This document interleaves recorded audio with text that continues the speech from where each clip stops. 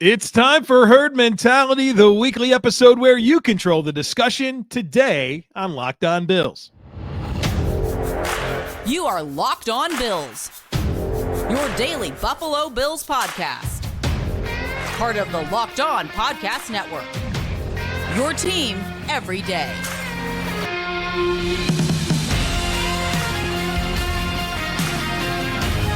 What's up, Bills Mafia? It's Joe Marino, author of Go Bills and Buffalo's Run, also the co-host of the Locked On NFL Scouting Podcast, and I'm your host of Locked On Bills.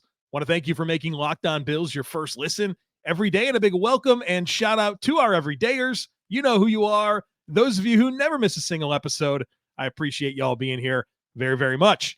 I'd also like to invite you to subscribe or follow for free on YouTube or wherever you listen to podcasts. We're part of the Locked On Podcast Network, your team every day. Today's episode is brought to you by Gametime.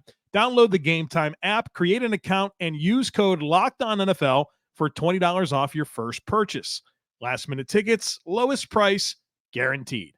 Well, folks, it is time for Herd Mentality. You know the drill. You guys supply the questions, comments, takes, whatever you have regarding the Bills, and I respond to them here on the podcast. And we've got some good stuff, really good stuff, especially at the beginning here. And I'm excited to dive into this first question because I think it really gets into what a lot of people are asking.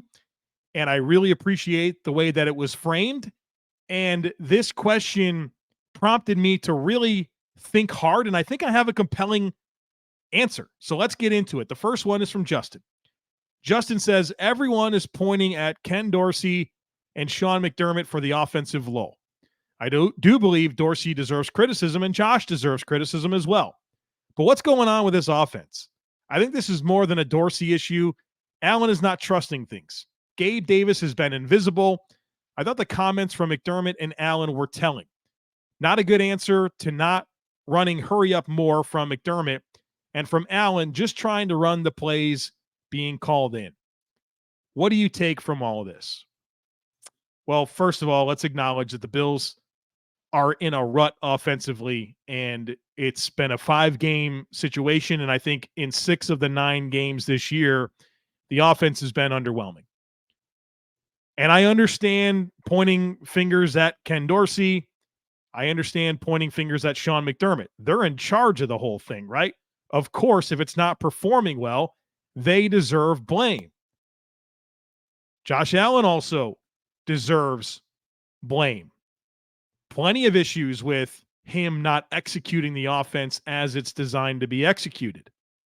There's also the inability to lean on the run game. I know statistically there's been some good things happening with the run game, but when they've been in these ruts, it's not like they can just turn to the run game and that gets them out of it.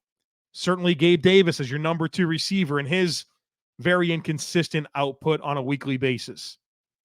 There's a lot of different things, and one of the things that I've tried to really communicate is don't champion one thing. If you do that, you're going to be so rooted in that one thing that you think is the most important thing that you're not being mindful enough to everything else. And there's a lot of different things in play here that's leading to the offense not performing as well as it should. But I think to really get to the root of it, you have to think about last year.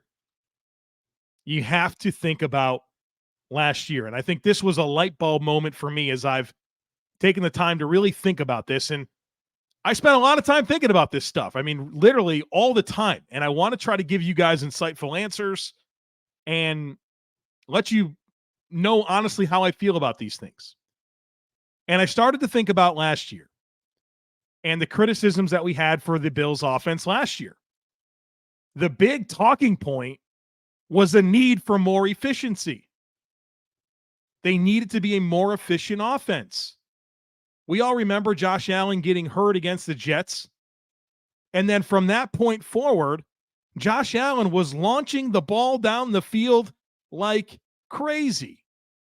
From that game on, the next game after he got injured against the Jets, so week 10 through the playoffs, 18.5% of Josh Allen's passes were 20 yards or more down the field, by far number 1 in the NFL.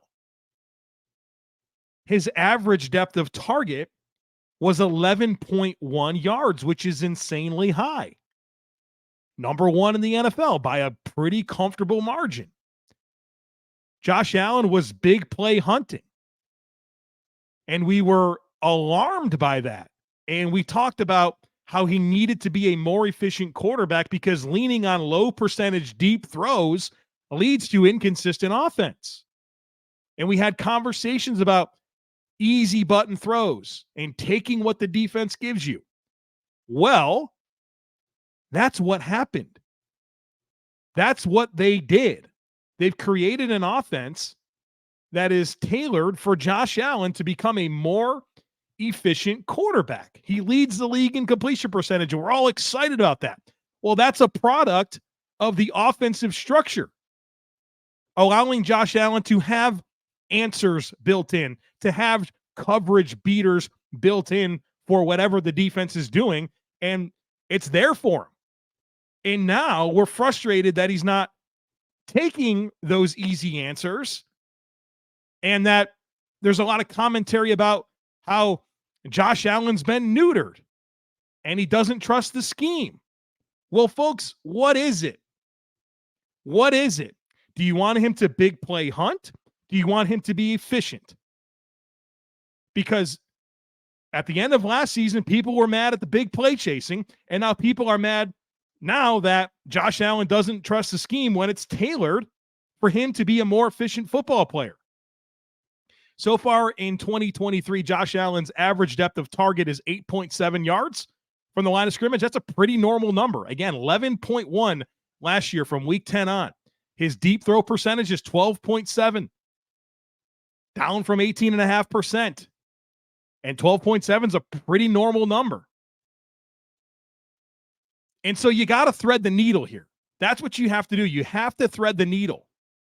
You have to have the efficient components of the offense. You have to have the vertical components. And you certainly got to let Josh Allen be Josh Allen with his ability to win outside of structure and, of course, run. But I think in order for us to appreciate, maybe that's the wrong word, understand exactly what's going on with this offense right now, we have to remind ourselves of the frustrations we had with the offense late in the season. And it has adapted. But Josh Allen also has to embrace that. The bottom line here is Ken Dorsey and Josh Allen have to get on the same page. And at the end of the day, Josh Allen needs to execute, and Ken Dorsey needs to have a play sheet full of stuff that makes sense for Josh Allen. Because right now it doesn't feel like that's happening. We're sitting here watching this tape. I'm watching this tape week in and week out, frustrated by the decisions Josh Allen doesn't make because the answers are built in. There are easy button throws, and he turns them down. Well, what do we want him to be? I think we want him to be Josh Allen, but there's things along the course of him being Josh Allen and doing all the special things that he does where he needs to take the opportunity to do the smart, right thing with the football. And then when necessary, become the stallion that you are and make crazy plays with all your physical gifts. They got to figure out how to thread that needle. But I think it's really critical for us to appreciate what's going on right now, to remind ourselves of the narratives last season and the frustrations of last season. But they got to get aligned. They got to get on the same page here because this football team is underperforming and it needs to be better. And so embrace what everybody is and execute. Execute. And that doesn't mean Ken Dorsey's off the hook, folks. Please, gosh, I'm not saying that at all. I'm frustrated with Ken Dorsey. I'm frustrated with Josh Allen too. You can be frustrated at more than one thing. I'm frustrated with Gabe Davis. I'm frustrated that the run game is not something that they can lean on with consistency. It's not just one thing. But remind yourself of those narratives from last year so that you can understand the shift in the structure of the offense and why it looks the way that it does. You got to thread the needle. You have to thread the needle. That's what's got to happen. You know what else you got to do is you got to check out Gametime. Folks, maybe you want to get to a Sabres game. You want to get to a Bills game. Well, you got to check out Gametime. It is the best way to buy tickets to your next big event. They have everything. They have sports, music, comedy, theater events. My wife and I went on there and got tickets for Peppa Pig, right? Coming here to Charlotte and doing whatever they do for the children. You can get tickets to anything on there, and they've got killer deals on last-minute tickets. They have all-in prices. You get a view from your seat. They give you a best price guarantee. They take the guesswork out of buying tickets. They have flash deals. The app is super easy to navigate, and they send the tickets directly to your phone, so you never have to dig through your emails to find the tickets. They come right to your phone. So snag the tickets without the stress with Gametime. Download the Gametime app, create an account, and use code LOCKEDONNFL for $20 off your first purchase. Terms apply. Again, create an account and redeem code LOCKEDONNFL for $20 off. Download Gametime today. Last-minute tickets, lowest price guaranteed.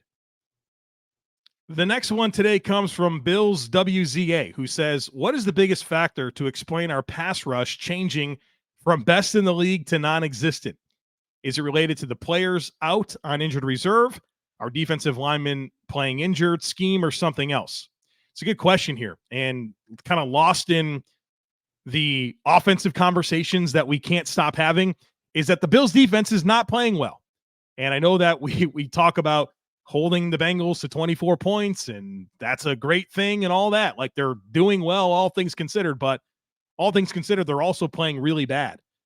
You look at EPA, defensive EPA. Weeks 1 through 4, the Bills were 4th in the NFL in defensive EPA. Weeks 5 through 9, 30th, right? We got a problem here. And we know the answer. They don't have their guys. It's hard to play your best football when you don't have your guys. But specifically to the question here about the decline in pass rush, it goes hand in hand with the decline of the defense. And the pass rush complements the coverage, just like the coverage complements the pass rush. And so, yeah, you're missing your two best coverage players, right? Matt Milano and Trey White. That's probably your two best coverage players. They're not there. They're nowhere. They're injured. You're probably missing Daquan Jones, who was probably your best pass rusher when he was healthy. So that's huge. That's absolutely huge, not to mention the intermittent injuries that have cost players time. And there's several defensive linemen that are not themselves right now. We'll start with Von Miller. The guy's easy to block. He's a complete non-factor for this team. Complete non-factor. And I understand the context, I do, but he's not helping this team. He's hurting this team. Leonard Floyd's playing with a hurt ankle. Ed Oliver's got a foot injury. Greg Rousseau's got some significant foot injuries. So you're missing your best coverage players. Your best pass rushers are a shell of themselves right now. That's what's going on. Got to figure it out. Remember, nobody cares about your problems in the NFL. I promise you, the Denver Broncos are game planning for the Bills. They don't care. They don't care that Matt Milano and Trey White and Von Miller and all these guys are basically not available. You got to play them all. And some teams are healthier than others, but everyone's got injuries. And at the end of the day, nobody cares. Go out and execute. In 10 years from now, when we're thinking about the 2023 Buffalo Bills, we're not going to be talking about injuries. We're going to talk about the results. And so injuries matter, but you gotta embrace them and move on, and that's why you have depth. Next one here comes from Aisha, who says, I feel like we look really bad on third downs. Do the numbers confirm this feeling? When we have the chance to stick it to the other team when it counts, it just seems we've been folding more times than not. Well, this is one of those situations where the eyeball test does not match the numbers. The Bills are tremendous on third downs, best in the league, 50% third down conversion rate. That's the best in the league. So for as many frustrations as we have with the offense, they are converting third downs at a better rate than any team in the NFL. Eric says, for herd mentality, can you talk a little bit about Spencer Brown and his progress so far this season? I got a ton of Spencer Brown questions. Spencer Brown is playing good football. He's off to a very, very encouraging start through 9 games. Really, compared to the conversations we had about him in the past, it's really different. I think he's performing at a level that I would label as a sufficient starting right tackle. And the Bills have had to help him less and less. Early in the season, they gave him a lot of help. That really hadn't been the same recently, and he's holding his own. I'll tell you what, I miss the times where Spencer Brown was the biggest problem with this football team. I yearn for those days. Spencer Brown's had a lot of growth, and I think if you would attribute it to anything, it's all the stuff we've always talked about with his path to this point, the injuries, everything, right? Like, I'm not going to rehash the Spencer Brown conversation. But when I watch him play, I see growth in some critical areas. First of all, footwork and pass sets. He's doing a much better job with his kick slide and how he's framing pass rushers and putting himself in positions to be square, but also redirect inside and outside as necessary. So those set points, very, very sharp. His hand usage is way better, way better. He's doing such a better job of being firm with his post hand, playing with extension, fitting his hands. And that was one of my gripes with him, is that his hands were easily displaced last year. And that was leading to soft edges and guys were able to get around him. And so that is drastically improved. And then I would also point to him playing with overall better bend, right? He's a very tall football player, and that's a little bit hard, right? You talk about trench play in football. It's a lot of times about leverage, and his body kind of works against him because not only is he tall, but he's narrow. I think he's done a much better job with weight distribution and using the ground for leverage and playing with better hip bend. His technique and fundamentals are better. He's healthy, and he's playing the best football of his career, and he's far from a liability for this football team. So his growth has been one of the best storylines of this season. Dan says, if you had to rank the offensive line 1 through 5 in terms of who is playing the best so far this year, what would that ranking be? The first and the fifth one were very easy for me to identify. Number 1 is Dion Dawkins, and I know that I had some frustrations with him against Cincinnati, but when I think about the entire 9-game sample size, I think he's been the Bills' best offensive lineman. I think 5 has been Connor McGovern, and Connor McGovern hasn't been terrible, but there's been some run game communication issues that kind of bother me. And sometimes it's okay, sometimes it's not okay. But I think if there's an offensive lineman that I feel like gets beat the most, it's Connor McGovern. And then the middle 3, I don't know that there's a whole lot that really differentiates. I thought it was very easy for me to put O'Cyrus Torrence at number 4. I think some of his vulnerability recently has shown up, particularly, I mean, he struggled against Cincinnati. So maybe there's a little bit of recency bias, but I have him at 4. I have Spencer Brown at 2. 1 spot above Mitch Morse. You could probably talk me into either one. We're splitting hairs there. But I think Brown has honestly been a little bit more consistent than Mitch Morse, who I think has combined with Connor McGovern for some run game issues. And there was a game recently that Morse kind of struggled in pass protection. So I have it Dawkins, Brown, Morse, Torrence, McGovern. You can convince me that it should be Dawkins, Morse, Brown. But it's the spirit of your question. That's the answer. Next one here from John, who says, I held off with this until after the trade deadline in case it became a moot point. Many people have been wishing Kaiir Elam out of town and are bashing him, labeling him a bust, etc. I happen to be a fan of first-round traits myself and tend to say not so fast. Clearly, Kaiir is not starting caliber right now and not performing like a traded-up first-rounder, but I wonder if we can take advantage of experience with A.J. Epinesa to learn from this. A.J. came to the team and needed to change his body type and play style. He did have second-round traits, though. He was labeled a bust by many. There was a chorus of get him out of here and Brandon Beane doesn't know what he's doing. But given the fullness of time, it turns out AJ is a pretty solid player and will be in demand, if not by the Bills, by another team. And I'm quite sure the Bills want him back. I just wonder if this story should teach us patience when it comes to Kaiir Elam. Yeah, one of the things about Kaiir Elam that really was helpful for me in processing everything was Brandon Beane's comments after trading for Rasul Douglas and talking about, hey, they're just kind of waiting for the light bulb to come on. And it happens differently for different players. And I love that he referenced Josh Norman and Rasul Douglas as players who the first 2-3 seasons of their career was pretty rough. But then the light bulb came on and they became impact starters. And it's pretty cool that Rasul Douglas and Josh Norman are now in the same cornerback room with Kaiir Elam, right? That's going to be a benefit to Kaiir Elam. But yeah, I think patience, if you haven't learned to be patient with the development of draft picks, I don't know what to tell you. You're just impatient. That's a personal thing because You look through the inventory, Josh Allen, Dawson Knox, Spencer Brown, welcome to this conversation. AJ Epinesa, you mentioned him, Ed Oliver, hello, Terrell Bernard. There's example after example of it taking a little time. So let it play out. Development is not always linear. It doesn't always happen exactly how you want it, but there's some silly comments that come too fast because we want it quicker than it's going to happen. And then when it happens, nobody goes back and says, oh, man, I'm sorry about that. I really should have had more perspective, right? Can we do that in real time moving forward, please? So, yeah, good question here. And let's hope that the light bulb turns on quick for Kaiir Elam and he fulfills the promise of being a traded up first-round pick. Drew says, what are the Bills' draft needs? Are there any new players that we could reasonably expect to get with our current funk? So here's the thing about draft needs. It's really going to depend a lot on who stays and who goes, right? In free agency, there's a lot of big picture conversations that we can have there. I find myself most concerned about wide receiver because I don't want to pay Gabe Davis.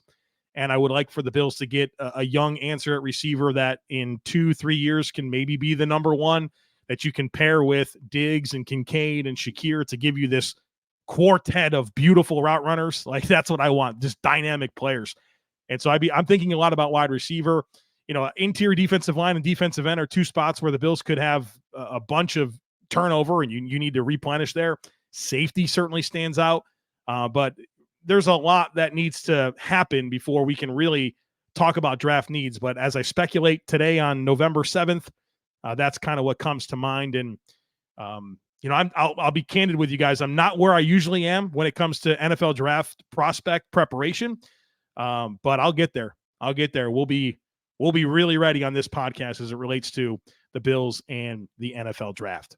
All right, folks, we got more to get to, including some thoughts on Trey White versus Rasul Douglas, shotgun versus under center, Zack Moss. That's all coming up here in just a moment. But look, I am obsessed with DoorDash. The convenience of DoorDash is simply unmatched, especially in my busy life. We're all busy, right? It's hard for us to find time to cook dinner. It's hard for us to find time to go to the grocery store. Don't worry about it. DoorDash can handle that for you. And I especially love that DoorDash brings me food from my favorite local restaurants. We've got a pizza place right up the street called Rosario's. They make a great pizza. They have a really delicious Greek salad, and their chicken parmesan is incredible. Well, I just go to DoorDash, and it's brought right to my front door. It's amazing. Absolutely love it. And they'll bring you groceries just like you pick them off the shelf for yourself. So stop worrying about what's for dinner.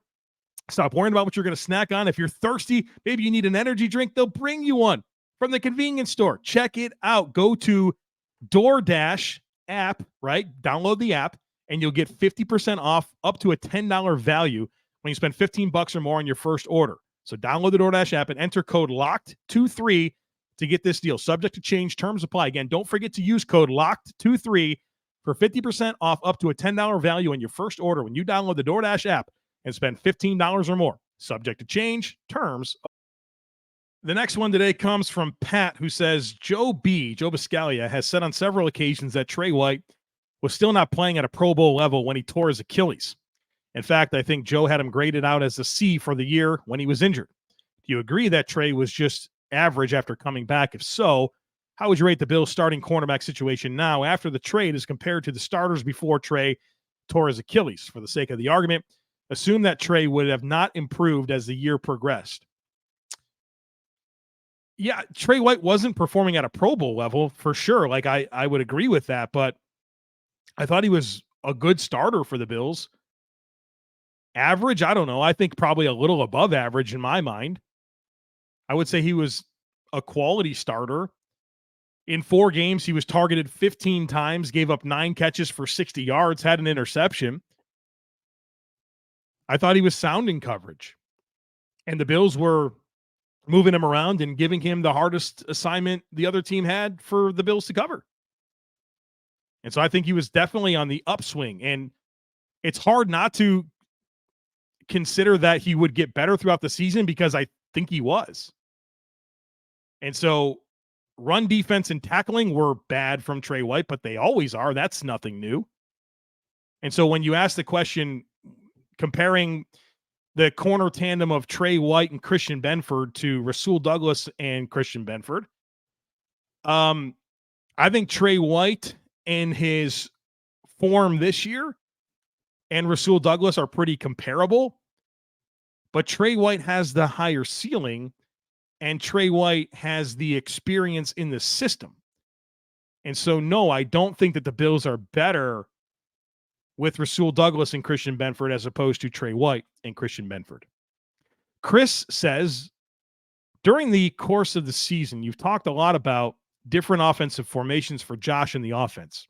Can you please take a moment and educate us on what positives and negatives there are from Josh playing under center and shotgun, and also when utilizing play action?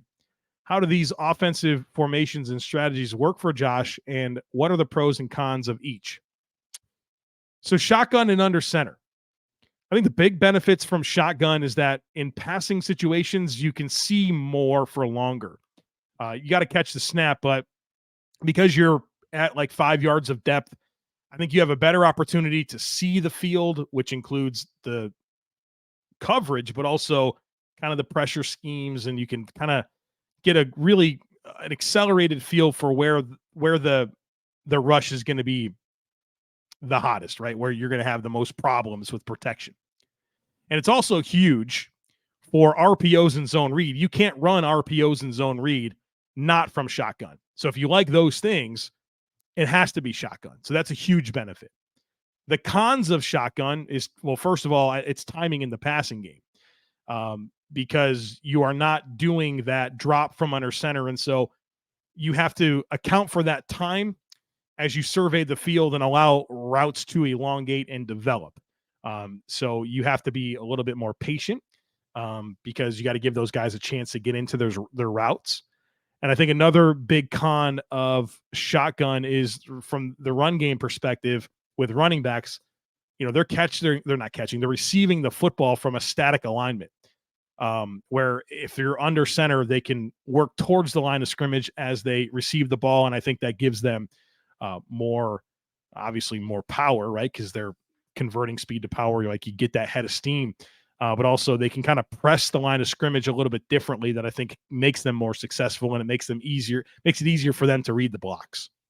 Now, when you talk about under center, I think the big benefits here are the timing of the routes, because you are taking a 3, 5, 7 step drop, you're synced up with the timing component of your route combinations. And so you can hit that back foot and get the ball out. I think that's very helpful.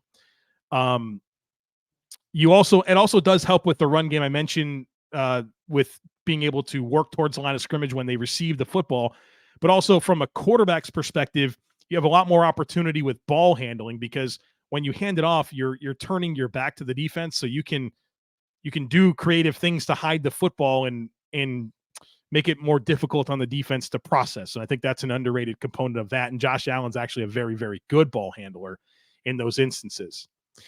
Cons of being under center, it's harder to see and feel pressure. You're right there. And so you got to get that depth to kind of feel and see it a little bit more. So that makes it more challenging.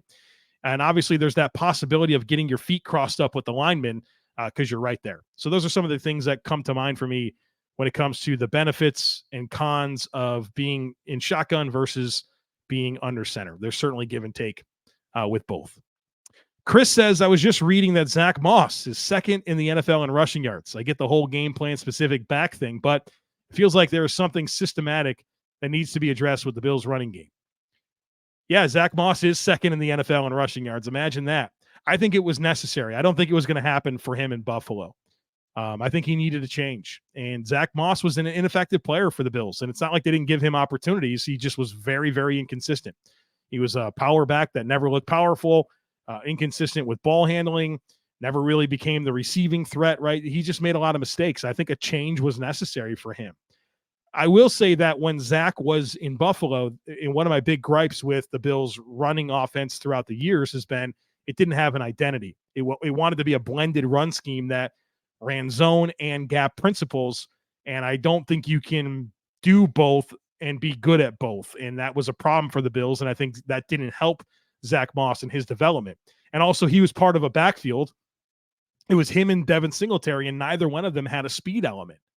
And so without that dimension of the backfield, I think it limited the rushing attack. So yeah, I think there were a number of things, but I don't have regrets about Zack Moss not being with the Buffalo Bills, because I think for him to become the best version of himself, he needed to go somewhere else, because there were so many issues with his ineffective play that probably took away from confidence, and he needed a fresh start. So I'm happy for him. Last one here is from Gadil, who says, wanted to know what you would tell Sean McDermott, but the head coach side and not the defensive coordinator side. Kind of like the question you had a while back when someone asked you what you would tell Ken Dorsey, and you said involve Dalton Kincaid more. But I wanted to know what you would tell Sean McDermott with him being the head coach. I think if I had a chance to do this with Sean McDermott, I would want to hear a little bit more about his approach and his objectives, and see if I can find some chinks in the armor with kind of why the team hasn't gotten over the hump, right? For the last few years, I've thought the Bills had the capacity to do it, and circumstances got in the way. And, this year is certainly making me question some things about the capacity to do it. So I would want to probe and see what I can figure out, and see if there's something about him that is prohibitive to the team being more consistent and going further than it has. And so I don't know how to specifically tell you what I would say, but I think if I learn more about his approach and his objectives, I might know more. And listen, that's coming from someone who doesn't know the answer, right? Like, if I knew everything about football and exactly what you needed to do, this 10-step process to winning a Super Bowl, you know what I mean? Like, I'm not trying to diminish myself, but I don't know that. But I would certainly try to be mindful of things that I've learned throughout the years, and foil that against the things that I would learn about Sean McDermott to see what conclusions I can come to. But it would be more of a probe session than, hey, Sean McDermott, you need to do X, Y, and Z, if that makes sense. All right, folks, that's going to do it for us here today on the podcast. I hope you enjoyed this conversation. Tomorrow we start focusing our attention on the Denver Broncos crossover preview with Locked On Broncos. We'll have our primer, all the things that we do here on Locked On Bills to get ready for a game, an important game. The Bills got Denver and the Jets the next two. You better win both of them, because then it's the Eagles and the Chiefs.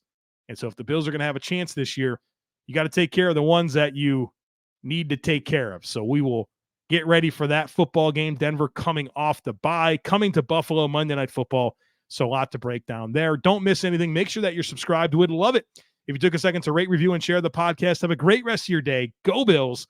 And I look forward to catching up with you again tomorrow.